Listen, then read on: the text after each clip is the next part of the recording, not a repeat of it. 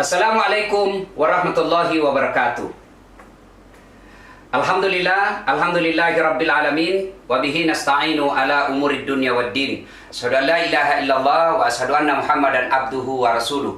Allahumma salli ala sayidina Muhammad wa ala alihi wa sahbihi ajma'in. Amma ba'd. Ibu bapak, saudara-saudara sekalian, dimanapun Anda berada yang menyaksikan tayangan ini, syukur alhamdulillah, di tengah-tengah kesibukan seorang Jenderal Bintang 4, Kepala Kepolisian Republik Indonesia, Jenderal Pol Idam Aziz, berkenan untuk kita sita waktunya berbagi informasi, berbagi ilmu kepada kita semua. Ini kesempatan yang sangat langka, karenanya saya berterima kasih dan bersyukur kepada Allah atas acara yang insya Allah manfaat. Pada kesempatan ini kita akan ngobrol perkara iman menjelang buka puasa. Nah, bersama kita Bapak Jenderal Polisi Idam Aziz, saya akan bertanya beberapa hal dan Pak Jenderal boleh juga bertanya kepada saya tentang beberapa hal. Ya, gimana kabar Pak Jenderal? Alhamdulillah, wa syukurillah, saya dalam keadaan sehat-sehat di Jakarta. Pak Ustadz gimana? Saya alhamdulillah sehat walafiat ada di Makassar. Meskipun saya sempat menjadi ODP, orang dalam pengawasan, sebab saya pernah ketemu kontak fisik Jenderal dengan seorang yang terpapar positif corona, Bapak Profesor Dr. Idrus Paturusi, mantan Rektor Unhas. Saya adakan wawancara, 9 hari setelah wawancara itu beliau periksa, ternyata beliau positif terpapar COVID-19. Tapi alhamdulillah setelah saya isolasi diri selama 22 hari, saya periksa juga beberapa kali, hasil semua negatif. Cuma begitu di hari ke-23 saya mulai ada kelainan jiwa Jenderal. Sebab anak istri saya kan di kampung, saya sendiri di rumah Jenderal. Isolasi mandiri, semua saya urus sendiri. Di hari 23 saya mulai kelainan jiwa. Sebab saya duduk-duduk di kursi sofa ruang tamu, itu bantal yang ada di kursi sofa, saya kira istri saya. Saya bilang, bahaya ini, saya sudah mulai kelainan jiwa ini. Alhamdulillah. Sehat walafiat, alhamdulillah. Ya, kita ini profesi sama Jenderal. Nabi jelaskan kalau kau melihat kebatilan maka cegahlah dengan tanganmu. Ini Jenderal yang punya tangan ini. Apa ini tangan? Kekuasaan. Ini tangan sebagai Kapolri. Kemudian kalau tidak punya kekuasaan kata Nabi, pabilisani, dengan lisanmu. Ini tugasnya Ustaz. Ya, menyampaikan. Maka kita sama-sama beramar ma'ruf nahi mungkar. Satu melalui dengan jabatan, satu melalui mimbar. Insya Allah semua menjadi amal kebaikan di sisi Allah. Amin. Nah, selama bulan suci Ramadan ini Jenderal tentu beda dengan tahun-tahun yang lalu. Selama Jenderal menjadi manusia, menjadi beragam, menjadi Islam, tentu baru tahun ini mengalami puasa di rumah saja dan tarawih tidak boleh ke masjid. Nah, bagaimana kehidupan selama Ramadan ini? Bagaimana aktivitasnya Jenderal? Ya, alhamdulillah. Selama bulan Ramadan ini saya kira sudah memasuki hari ke 21 sekarang, kalau saya tidak salah ya. Iya, betul 21. Iya. Saya dalam keadaan sehat, aktivitas sehari-hari juga mengikuti setiap hari ratas dengan Bapak Presiden melalui Vikon, rakor, maupun kegiatan-kegiatan video conference melalui bersama para menteri, para menko, kemudian juga kegiatan di internal Polri kita lakukan melalui Vikon kepada seluruh para Kapolda maupun rekan-rekan PJU. PJU itu maksudnya pejabat utama.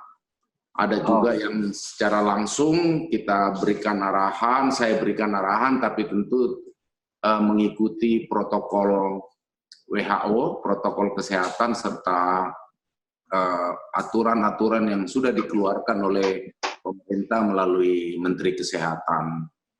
Alhamdulillah sampai hari ke-20 ini seluruh aktivitas di institusi Polri berjalan dengan baik, karena memang kita sadar bahwa negara dalam situasi pandemi corona ini membutuhkan institusi Polri untuk memberikan pengabdiannya yang terbaik, sehingga negara kita ini sesegera mungkin bisa keluar dari masalah pandemi corona ini. Itulah kegiatan saya sehari-hari sampai di hari ke-20 ini, Pak Ustadz.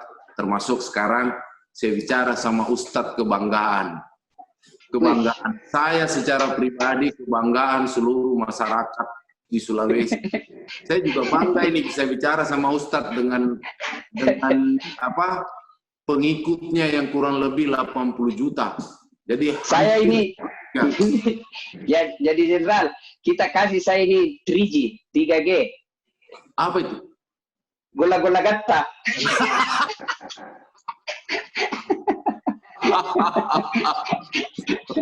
Jadi pemirsa yang saya hormati, karena kita sama-sama orang Bugis ini Pak Jenderal, gola-gola gatta itu artinya sanjungan yang sangat luar biasa. Luar biasa ini, gola-gola gatta, 3G.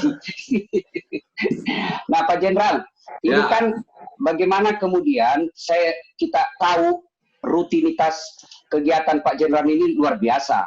Di samping sebagai Kepala Kepolisian Republik Indonesia yang harus melaksanakan tugas-tugas kenegaraan yang sangat padat, juga tugas-tugas sebagai seorang kepala rumah tangga, juga tugas-tugas sebagai seorang muslim yang harus memanfaatkan Ramadan ini dengan sebaik-baiknya.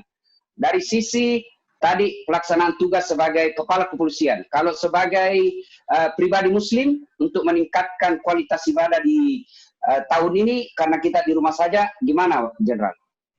Ya, masalah kegiatan itu kan harus semuanya berimbang, harus semuanya proporsional. Jadi ada hablum minan nas, ada hablum minallah. Di saat bulan Ramadan ini, selain tugas rutin yang saya lakukan selaku anggota Polri, selaku Kepala Kepolisian Negara Republik Indonesia, tentu sebagai umat Muslim saya juga menjalankan ibadah yang wajib maupun ibadah-ibadah yang sunnah. Itu sudah proporsional, dan itu juga berlaku secara otomatis kepada keluarga saya, anak-anak saya. Ya, kita ikuti semua jalannya mengenai masalah ibadah ini. Saya pikir ini kan sudah hal yang rutin sejak saya lahir sampai saya hari ini seperti ini. Jadi dia sudah berjalan seperti mesin yang memang sudah harus berjalan seperti adanya seperti itu.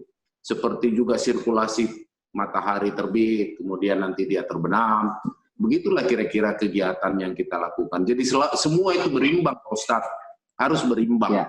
Gitu. Ya, kata Nabi, kejarlah duniamu, kejarlah pangkat kepolisianmu, seolah-olah kau akan hidup selama-lamanya. Tapi jangan lupa, kejar pula kehidupan akhiratmu, seolah-olah kau akan mati besok. Iya. Nah, karena semua akan mati. Ya, semua, kullu nafsin saikatil maut, semua akan mati. Orang kaya, kullu nafsin daikatul maut. Itu mati kita.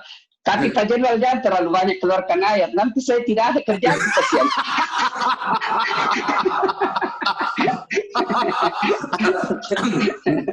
Jadi ya luar biasa ini, karena Pak Jenderal kita ini pernah mondok, pernah juga pesantren. Ya, saya juga pernah pesantren, tapi pesantren kilat. Ya, oke, alhamdulillah. Kemudian Pak Jenderal berkenan, saya beberapa hal yang ingin saya kemukakan kepada teman-teman yang menyaksikan ini. Pak Jenderal ini kemana-mana ketemu dengan anggota kepolisian, ketika beliau berpidato, ada 3 entry point yang beliau selalu sampaikan. Yang pertama, polisi gaya hidup sederhana. Ya, saya ingat sekali kalimat beliau waktu pergi kunjungan kerja di Sulawesi Barat. Beliau katakan begini, kamu semua baru saja Kapolres, kalau kau ke bandara kau kuasai semua itu ruang VIP. Istrimu pengawalnya satu mobil, kamu satu mobil juga. Ini tidak bagus bagi seorang polisi. Ini luar biasa. Ya, teladan seperti ini mesti selalu dihidupkan di tengah-tengah polisi. Gaya hidup sederhana. Dan demi Allah, tidak ada orang tidak senang, orang yang tinggi pangkatnya tapi gaya hidupnya sederhana. Malah meskipun dia sudah pensiun, orang akan menjadikan teladan buat dia. Lihat kau tahu itu Pak Jenderal Asis, dia Kepala Kepolisian Republik Indonesia, bintang 4, satu-satunya polisi yang bintang 4 di Indonesia, tapi gaya hidup sederhana. Itu akan dikenang. Tapi kalau baru jadi Kapolsek, seolah-olah kita yang punya di kampung, didoakan kita cepat pindah dan non-job. Nah, ini yang pertama. Ya, pertama beliau selalu sampaikan, ayo anggotaku para polisi gaya hidup sederhana.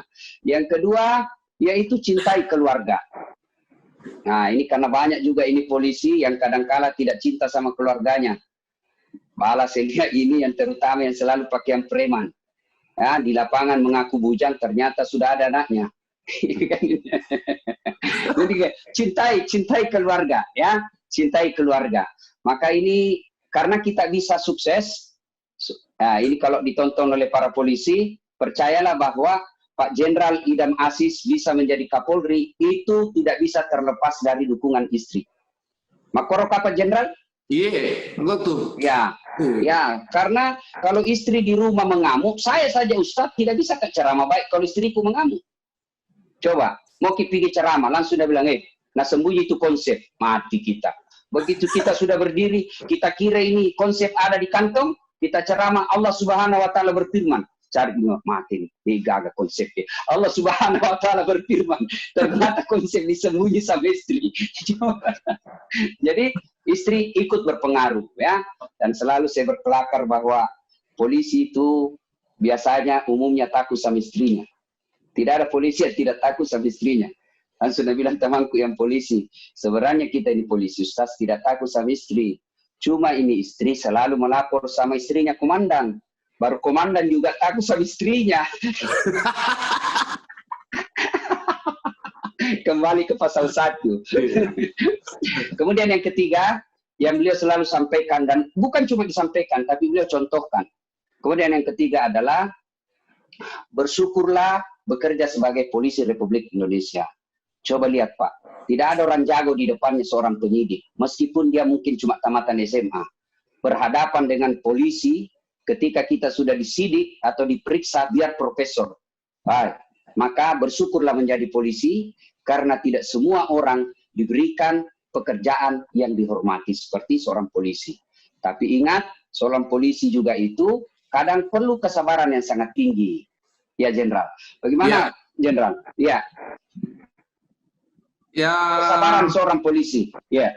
Yang pertama, memang keteladanan itu harus mulai dari atas. Jadi saya tidak mungkin berkoar-koar supaya hidup sederhana, kemudian semua anggota memalingkan diri kepada saya, lalu saya menjadi seorang kelihatan hedonisme, glamour, itu omong kosong. Satu. Yang kedua, untuk menegakkan disiplin itu tidak bisa dengan bujuk rayu, harus dengan norma. Kenapa hakikinya saya secara pribadi menghimbau supaya semua anggota saya hidup sederhana. Satu falsafahnya di Polri ini, kita adalah pelayan masyarakat.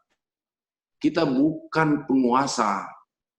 Oke. Ada di dalam asas Tribrata maupun Catur Prasetya, kita ini sebagai pelayan, pelindung, dan pengayom masyarakat. Itu baru dari sisi etika di dalam kita bernegara.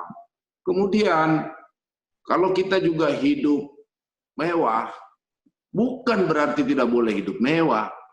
Bukan berarti kita tidak boleh punya barang, tidak boleh punya rumah besar, mobil, apa semua. Tapi kita ini sebagai pelayan masyarakat, itu dulu yang harus kita yang menjadi dasar cara berpikirnya. Dan itu saya selama jadi Kapolri sejak 1 November 2019, saya gelorakan terus. Saya harus memulai dari diri saya. Saya ajak para pejabat utama, para Kapolda, para komandan semua. Kalau para komandannya sudah bisa melakukan itu, memberikan contoh keteladanan yang baik, insya Allah anggota di bawah itu yang jumlahnya polisi ini 470.000 orang akan ikut. Betul. Akan ikut seperti itu. Itu salah satu contoh bagaimana saya menginginkan pola hidup sederhana. Dan memang itulah yang harus didambakan. Apanya juga yang kita mau pamer-pamer ini. Apanya juga yang kita mau sombongkan ini. Iya kan? Tidak ada yang kita mau, tidak ada yang mau kita, tidak ada yang boleh disombongkan sama polisi ini. Nanti belum apa-apa orang bisa masyarakat bilang itu, orang di Tanru Tedong itu bilang, gajinya cuma berapa saja dia naik apa, dia pakai uji yang mahal-mahal, iya toh? Iya. Tetapi hakikinya, Ustadz, adalah hakikinya adalah pola hidup sederhana itu harus dimulai dari komandan-komandannya. Itulah yang dibilang satu keteladanan lebih baik daripada 1000 nasihat. Oi, subhanallah. Cocok Jenderal. Cocok. Sederhana. Cocok Jenderal. Cocok. Yang kedua, masalah apa tadi itu? Masalah mencintai keluarga. Ya. Kita ini kadang-kadang kalau belum ada tidak ada kita punya uang, kita sayang kita punya istri. Begitu kita sudah punya jabatan, begitu sudah punya banyak uang, kita lupa kita punya keluarga. Nah, itu juga harus kita jadikan contoh teladan. Bahasa prokemnya itu begini, Ustadz. Kalau kita pulang ke rumah, meskipun kita ini bau minyak angin, itu istri kita akan terima. Walaupun kita pulang pakai Bulgari, parfum Bulgari, istri kita juga terima. Iya toh? Iya, betul. Kita masuk angin juga dia terima kita. Tapi kalau kita yang pergi di tempat yang lain hanya minyak angin yang parfumnya harum saja dia mau terima kita. Tidak mau dia kalau minyak gosok. Iya, tidak mau kalau minyak gosok atau minyak kayu putih. Tidak mau dia. Apalagi kalau dompetmu tipis. Hai, lagu kok saling iya kan? Itu kalau ada polisi begitu, polisi lale itu. Itu. Beleng-beleng. Iya, beleng-beleng. Itu. Jadi, hakikinya itu, Ustaz. Hakikinya itu adalah, ingat, di balik kesuksesanmu sebagai anggota Polri, itu ada keluargamu yang setiap saat mendoakanmu dan menerimamu dengan apa adanya. Kau dalam keadaan sehat, kau dalam keadaan sakit, dalam keadaan galau apapun, dia akan menerima kamu seutuhnya. Itu sebenarnya hakikinya kenapa saya selalu mengumandangkan bahwa bersyukurlah, jangan kau pernah lupa terhadap keluargamu. Apa yang kamu dapat hari ini, jabatan, harta, pangkat, itu kan hanya titipan Allah. Wa subhanallahi biyadihi malakutu kulli syai'in fa ilaihi turja'un. Yasin ayat 83. Tahu? Mati saya ini. Yang risetnya jawab. Bukan. Saya mau memberi gambaran bahwa kalau Tuhan sudah mau, dia bicara di Yasin ayat 82. Bangga saya, Jenderal. Bangga kalau saya. Dia sudah juga mau mengambil jabatan kita, dia sudah dia tuangkan di ayat Yasin 83. Iya toh? Iya. Iya, Jenderal. Tidak boleh terlena dengan itu. Itu masalah yang warga. Terus kemudian yang terakhir tadi apa kita mau tanya? Ya, tentang bersyukur sebagai seorang polisi. Kesabaran harus ditingkatkan. Sebagai pelayan masyarakat, dia harus selalu menampilkan sisi yang humanis. Dia tidak boleh menjadi monster-monster. Karena yang kita hadapi adalah masyarakat kita sendiri, saudara kita sendiri, keluarga kita sendiri. Dan kewajiban kita sebagai Polri, kewajiban kita ini memberikan pelayanan, perlindungan, dan pengayoman. Itu satu, itu. Kemudian bagaimana apa yang telah kita dapatkan ini kita syukuri. Fabi'ai ala'i rabbikuma tukadziban. Ya kan? Iya. Itu. Jadi sebenarnya polisi itu kalau sudah melakukan ini, dia masuk surga semua. Masuk surga dia semua. Yakin saya. Iya, masuk surga dia semua. Seperti itu. Semoga ini nanti banyak polisi yang dengar saya punya omongan ini, supaya mereka paham betul bagaimana yang namanya hidup sederhana, bagaimana mencintai keluarga, bagaimana bisa mensyukuri bahwa apa yang dia sudah dapat. Ada satu pomeo ini postat, makanya kadang yang kita bilang tadi, gantungkan cita-citamu setinggi langit, tetapi kamu rendahkan dirimu serendah-rendahnya di bumi. Makanya ada kadang-kadang jangan kita itu menengok terlalu tinggi. Itu tetapi kita datar-datar saja supaya kita tahu bahwa kita sekarang ini sudah jadi anggota Polri. Alhamdulillah pemerintah memberikan kita pangkat jabatan untuk memberikan pengabdian terbaik kepada masyarakat, ya kan? Harus kita bercermin juga bahwa masih banyak masyarakat kita di seluruh Indonesia ini hidup dalam keadaan kekurangan. Itulah tadi yang namanya sikap empati. Kalau kita sudah pandai bersyukur, maka sikap empati itu selalu akan muncul. Nah, kita berharap seluruh anggota Polri di Indonesia ini punya empati yang lebih untuk memberikan pelayanan kepada masyarakat. Itu Pak Ustadz. Ya, subhanallah, saya ingin menggarisbawahi Pak. Ini tentang keteladanan.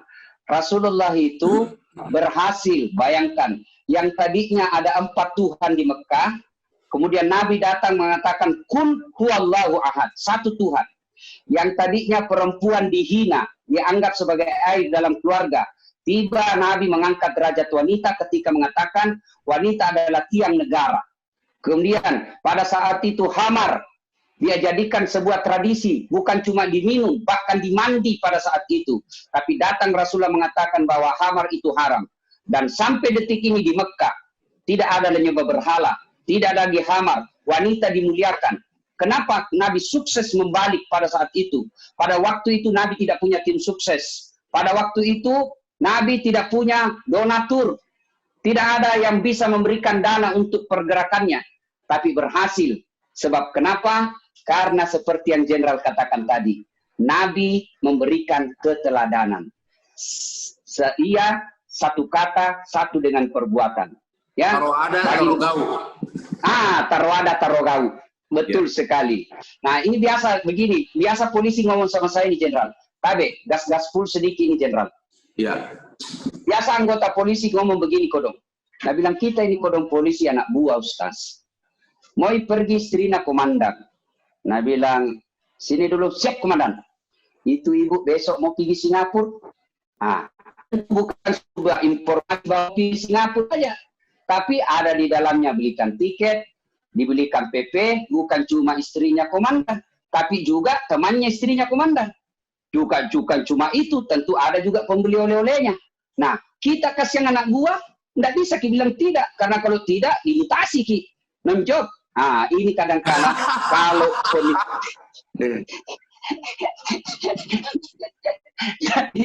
jadi kalau pemimpinnya bisa memberikan keteladanan, aku yakin, saya juga yakin, Jenderal. Insya Allah polisi akan menjadi orang-orang yang gampang masuk ke dalam surga. Apa jaminannya? Ada 7 golongan orang yang dilindungi di padang mahsyar, kata Nabi. Dilindungi di padang mahsyar. 7 orang. Satu diantaranya, kata Nabi, imamun adil. Kapolri yang adil, Kapolres yang adil, pemimpin yang adil akan diberikan kemudahan untuk masuk ke dalam surga. Coba, saya kasih selalu saya kasih contoh di depan Kapolres. Bagi kami Ustadz, agak susah masuk surga. Kenapa? Banyak kompetisi, banyak saingan. Toh? Tapi seorang Kapolres gampang masuk surga. Kenapa? Tidak ada saingannya. Pun kalau kami ulama masuk surga, kan banyak di dalam, banyak ngantri. Tapi Kapolres, Kapolda di satu kabupaten, satu provinsi, satu di Kapoldanya. Maka tidak ada antrinya. Sendiri dia masuk. Kapolri di Indonesia, satu ji. Kalau ulama, ulama mana? Ulama Sulawesi kah? Ulama Jawa Timur kah? Ulama Nusa Tenggara kah? Ulama dari Bali kah? Banyak ulama. Tapi Kapolri, satu ji. Jenderal Idam Aziz. Gampang masuk surga. Tidak perlu ngantri. Tapi ketika salah juga, gampang didapat. Mana Kapolri? Sana tidak. Cepat didapat. Maka, seperti yang Jenderal katakan tadi, keliru apabila jabatan tidak memudahkan kita untuk berbuat kebaikan. Insya Allah. Ya. Coba contoh paling gampang. Contoh paling gampang, Jenderal. Itu namanya fastabikul khairat. Jadi kita berlomba-lomba menuju kebaikan. Tapi saya ingin mengatakan seperti ini, Ustaz. Iya, Jenderal. Bahwa kebiasaan apa yang kita bilang tadi itu tentang keluhan anggota Polri atau apa, semua itu mulai dari atas, dari komandannya. Kalau komandannya tidak memberi ruang, itu semua tidak akan terjadi. Tidak akan pernah terjadi itu. Itulah yang kita bisa bedakan. Itu kebiasaan, adat, tradisi, budaya, itu yang harus dihilangkan. Alhamdulillah, sejak saya jadi Kapolri, saya tidak pernah mau dijemput di bandara, kecuali sama Kapolda. Paling banyak sama Wakapolda. Ada lagi pejabat utama, apa semuanya itu, karena saya juga tidak mau masuk ke VIP langsung ke mobil. Saya tidak mau merepotkan. Gaspol juga ini Jenderal ini, gaspol. tapi saya sudah ingatkan sama anggota. Kalau sudah ada peraturan Kapolrinya itu. Ada nih. Kalau ada perintah atasan yang tidak sesuai dengan norma hukum, tidak sesuai dengan aturan, tolak. Sudah ada peraturan Kapolrinya itu. Peraturan Kapolri nomor 14 tahun 2011 pasal 7 ayat C itu. Sebenarnya sudah ada pedomannya itu. Tapi kadang-kadang kita ini tertutup mata batin kita, kemudian kita menganggap bahwa kekuasaan ini adalah absolut. Sehingga kita merasa, apalagi kalau hati kita ini sudah merasa kita ini sudah seperti raja, sudah seperti maunya hanya dilayani saja. Padahal salah, hakikinya itu polisi adalah pelayan. Iya toh? Saya ingin katakan sama Pak Ustadz, selama saya jadi Kapolri, saya tidak pernah itu di mobilku pakai bintang 4. Jadi saya jalan-jalan saja. Biasa, sudah banyak bintangku ini. Sini ada, di sini ada. Kalau saya pakai TV ada lagi. Banyak sekali nanti. Gitu. Iya, Jenderal. Betul. Saya mau tanya Jenderal ini. Ya. Ini saya yakin berat sekali cobaan kita sebagai Kapolri. Sebab saya saja ini semenjak sering viral-viral ceramah saya dengan Pak Jenderal sebagai sahabat dari Kapolri, ini sering banyak yang telepon sama saya. WhatsApp ke saya, Ustaz, tolonglah saya ini kasihan, bagaimana ini saya capek di sini di tempat ini. Bahkan ada di kampungku Jenderal ketua RT. Tamatang SD mi sekolahnya Jenderal, SD mi tamatna. Sidiku ke kampungnya, keluarga di kampung. Ketua RT, bilang sama saya. Maka dari Jenderal, Ustaz, saya lihat kau macawe kok kepoan Pak Kapolri, sepuji kok Kapolri Wita. Iya, artinya kamu baku baik sama Kapolri. Ya, baiklah sesama Muslim. Bisakah kamu bantu saya itu? Bantu apa? Tolong kalau bisa kau urus saya jadi Kapolsek. Saya bagaimana caranya kau ketua RT tamat lagi sistem jadi Kapolsek? itu Jenderal. Yang saya ingin tekankan di sini saya tekankan bahwa ternyata menjadi komandan memang berat. Saya saja ini hanya karena sering ceramah dengan Jenderal, banyak yang ingin datang meminta pertolongan. Bagaimana seorang jenderal, bagaimana seorang Kapolri? Pasti banyak godangan yang kadangkala memakai nama seorang Kapolri untuk kepentingan pribadinya, padahal Kapolri tidak mengetahui. Saya yakin banyak seperti itu. Ya, banyak. Tapi saya memang sudah berjanji dan saya sudah sampaikan sama semua keluarga untuk tidak cawe-cawe di dalam urusan kedinasan. Kalau ada orang yang minta tolong, itu diterima saja. Tapi semuanya itu harus proporsional, gitu. Harus proporsional. Dan saya termasuk aliran yang tidak suka. Kalau orang itu minta tolong kiri, kanan, apa semua tidak. Karena saya punya mekanisme di Mabes Polri untuk melihat siapa polisi yang bekerja baik, siapa yang bekerja tidak baik. Di mekanismenya di Polri. Betul. Saya lihat itu, Jenderal, itu bukan cerita, fakta. Bagaimana kita lihat di medsos, seorang polisi yang tidak pernah mendaftar untuk sekolah perwira di Sulawesi Utara kalau saya tidak salah, karena membantu pemakaman korban COVID, langsung dikasih jatah untuk sekolah. Ya, dan ini saya kira sangat luar biasa, memotivasi buat teman-teman yang anggota Polri untuk seperti yang kalau Jenderal katakan bahwa ada mekanismenya, siapa polisi yang bekerja dengan baik, tanpa ada KKN, insya Allah dapat penghargaan dan dapat apa yang dia hendaki. Ya. Jadi itu tadi yang saya bilang, kadang-kadang kita harus bisa membedakan mana budaya, mana tradisi, mana adat, mana kebiasaan. Nah, kalau di Polri ini kan mekanismenya sudah ada. Makanya kenapa saya juga punya kebijakan tidak boleh ada anggota yang menghadap sama saya di kediaman Patimura ini. Karena saya tahu itu anggota Polri itu mulai dari jenderal sampai yang di bawah, itu kalau menghadap cuma 3. Pertama, minta jabatan. Kedua, mempertahankan jabatan. Ketiga, minta sekolah. Tidak lebih itu. Hanya dibungkus dia pura-puranya di silaturahmi. Terus nanti bawa tenteng. Ya toh, bawa ikan bakar. Itu tidak baik. Tidak bagus. Gaspol juga ikan Polri.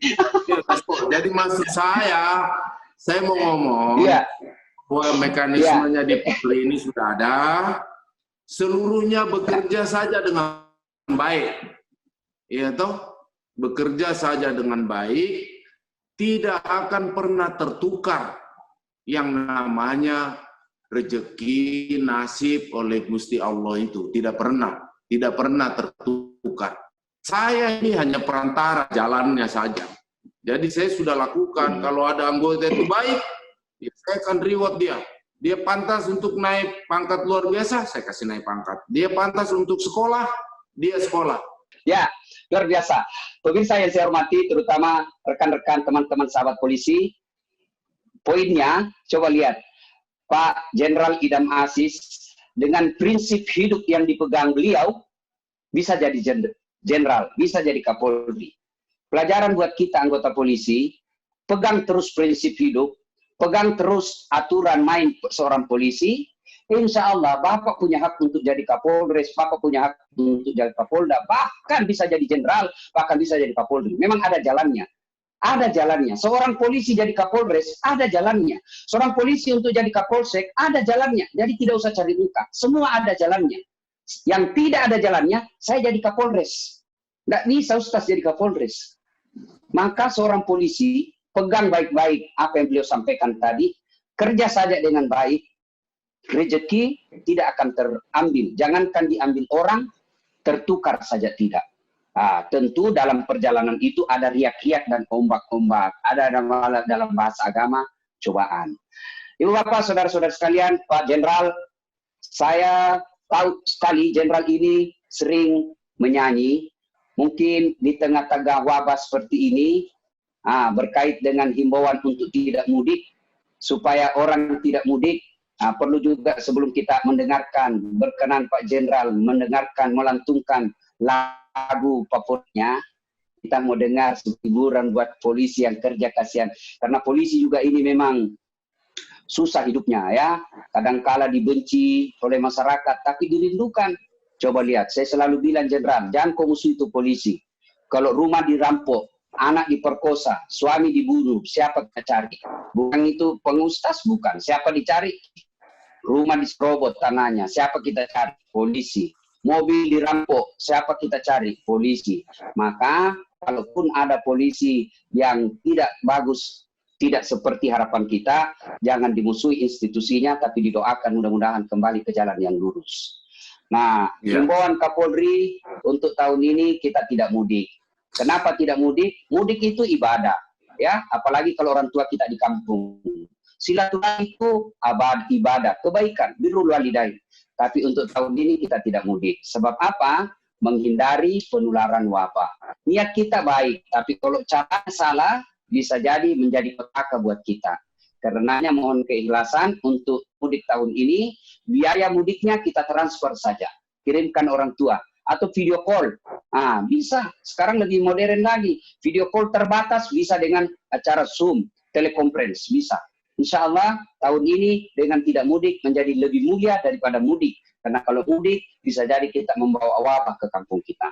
Nah, Pak Jenderal seperti yang saya katakan tadi, berkenankah Pak Jenderal menyantunkan lagu-lagu Bugis, lagu andalannya? Karena banyak sekali lagu andalan Pak Jenderal. Bisa barangkali 1-2 bait.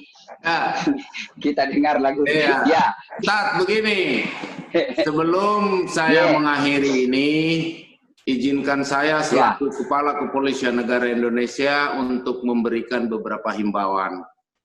Yang pertama, sebagai Kapolri, saya telah mengeluarkan maklumat Kepala Kepolisian Negara Republik Indonesia untuk melakukan dan tidak melakukan hal-hal yang berhubungan dengan wabah COVID-19 ini. Ya, di dalam maklumat saya sudah jelas. Yang kedua, sebagai umat Islam, kita ini kan harus mengikuti apa yang menjadi anjuran baik itu ulama maupun umaro. Umaro dalam hal ini adalah pemerintah. Nah, sekarang ini negara kita sedang dilanda COVID-19. Virus corona yang sudah di seluruh provinsi, seluruh Republik Indonesia ini. Sehingga saya mengajak seluruh saudara-saudaraku yang menjadi pemirsa di YouTube-nya Pak Ustadz Dasat ini, agar marilah kita mentaati semua apa yang sudah dihimbau oleh pemerintah untuk kita tidak lakukan, termasuk himbauan mudik tadi. Salah satu amalan yang kita juga akan dapatkan ketika kita mengikuti apa yang menjadi anjuran ulama maupun umaro. Saya juga berpesan, tetaplah pada standar tentang masalah supaya kita terhindar dari COVID. 1, hidup sehat. 2, budaya cuci tangan. 3, budaya pakai masker. Dan yang keempat, tentang physical distancing.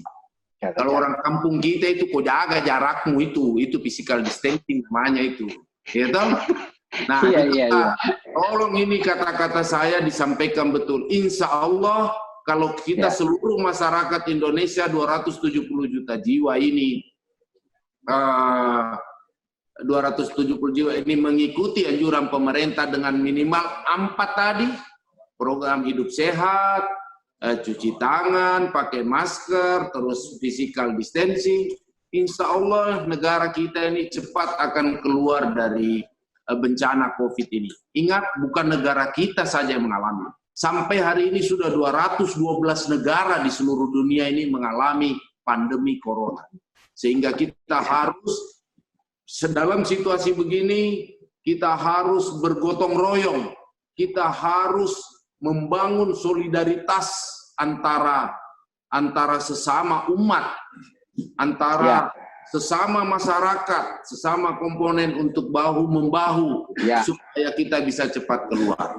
Itulah kira-kira himbauan saya sebagai pimpinan Polri, sebagai temannya Pak Ustadz, semoga suatu saat ini masyarakat bisa dengar bahwa saya juga adalah bagian dari pelayan, pelindung, dan pengayom masyarakat yang wajib saya sampaikan pesan-pesan yang akan datang dari pemerintah. Itu seperti ya, itu. Betul sekali bahwa badai pasti berlalu. Musibah ini pasti berakhir. Seperti Allah berfirman, la yukallifullahu nafsan illa wus'aha. Tidaklah sebebankan sebuah beban kepada hambaku kecuali pasti mampu dipikulnya. Berarti masalah ini pasti akan lewat. Ya. Cuma kapan lewatnya, kapan berakhirnya, tergantung kedisiplinan kita. Dan kedisiplinan itu sangat erat dengan kesabaran. Ramadan ini melatih orang untuk menjadi insan yang sabar. Kalau Ramadan ini nilai-nilai kesabaran mampu kita amalkan, sabar untuk di rumah saja, disiplin untuk seperti yang dihimbaukan tadi, hidup sehat, jaga jarak, pakai masker, cuci tangan, insya Allah badai ini cepat berlalu. Dan percaya juga saudara-saudara sekalian, Allah tidak membebankan sesuatu beban kecuali kita mampu memikulnya, dan beban itu ketika Allah kasih beban pasti ada jalan keluarnya. Waman yusri yusra. Bersama dengan kesusahan pasti akan ada jalan keluar. Jalan keluarnya ikuti sunnatullah. Sunnatullahnya ikuti fatwa majelis ulama, ikuti himbauan ulama, ikuti maklumat Kapolri, taati perintah pemerintah kita, insya Allah cepat berlalu. Selama kita disiplin, insya Allah cepat berlalu. Ya, untuk menutup, makasih Pak Ustadz. Nanti kali di episode lain baru saya nyanyi depannya saja. Apa yang kita depannya saja. Angin mamiri atau di sini, gitu kan? Nanti angin mamiri. Tidak jadi berat ini. Satu bait saja, satu bait. Angin mamiri saja, angin mamiri jenderal. Ya. Angin mamiri kupasang. Ujui tontonganna tasarua takalupa. Assalamualaikum warahmatullahi wabarakatuh. Waalaikumsalam warahmatullahi wabarakatuh.